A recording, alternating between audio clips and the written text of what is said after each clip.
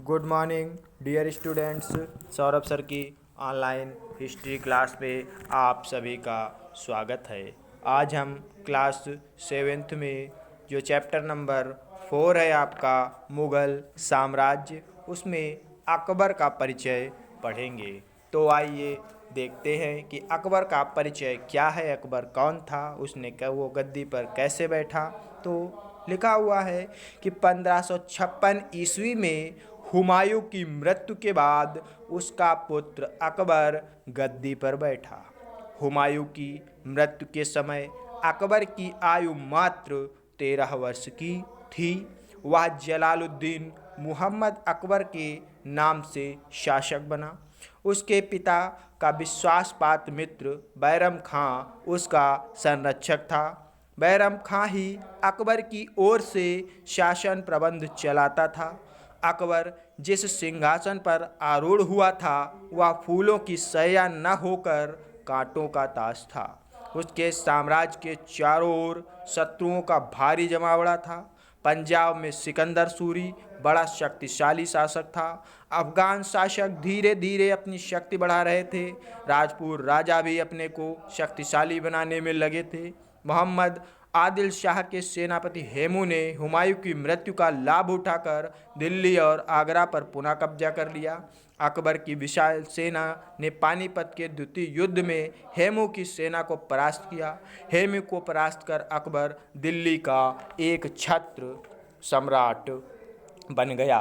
बैरम खां के संरक्षण में अकबर की सेना ने पंजाब, जौनपुर, अजमेर और ग्वालियर के राज्यों को विजित किया।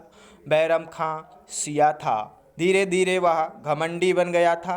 अकबर अपने संरक्षक और मार्गदर्शक का अपमान नहीं करना चाहता था, अतः उसने उसे मक्का तीर्थ में यात्रा पर जाने की सलाह दी। 1560 ईस्वी में साम्राज्य की पूरी बागडोर अकबर ने संभाल ली। बाद में उसका पुत्र अब्दुल रहीम खान खाना अकबर के दरबार में खाने खाना बना। आगरा मुगल साम्राज्य की राजधानी थी। अकबर की उपलब्धियां निम्न प्रकार थीं। अकबर ने अपने कुशल शासन प्रबंध के द्वारा बाबर द्वारा स्थापित राज्य को एक विशाल साम्राज्य के रूप में प्रतिस्थापित किया। नंबर 2, अकबर ने अनेक राजाओं को जीतकर एक संगठित तथा सुव्यवस्थित और विशाल साम्राज्य की स्थापना की। अकबर ने राजपूतों के साथ मैत्री और समानता के व्यवहार की नीति अपनाई। उसने आमेर के राजपूत राजा भारमल की पुत्री जोधाबाई से विवाह किया।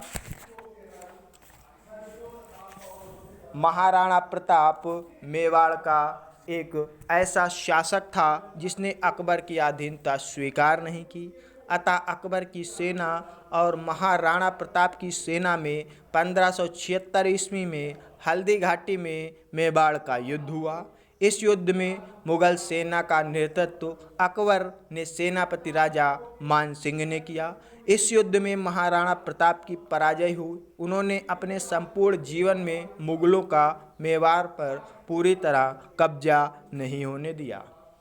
अकबर ने उत्तर में कश्मीर, सिंध, बंगाल और उड़ीसा को जीतकर अपनी शक्ति को बढ़ाया। उसने चांद बीबी को हराकर दक्षिण में अहमदनगर पर भी अपना आधिपत्य जमा लिया। अकबर महान विजेता होने के साथ साथ श्रेष्ठ शासन प्रबंधक भी था।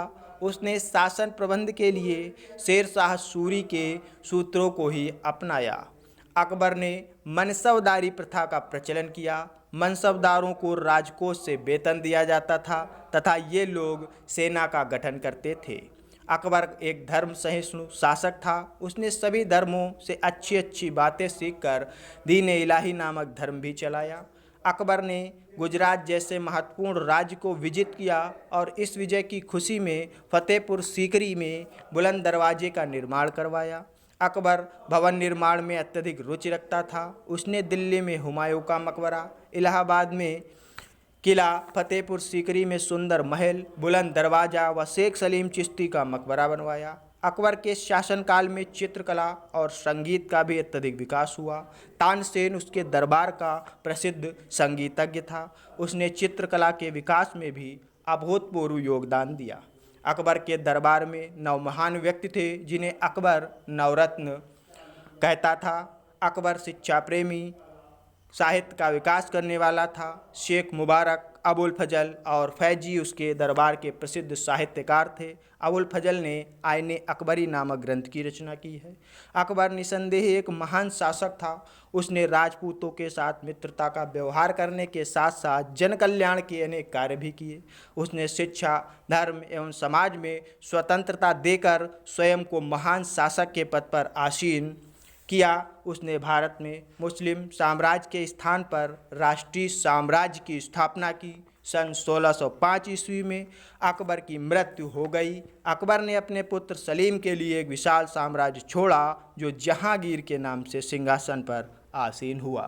तो आज के लिए बस इतना ही। That's all. Thank you.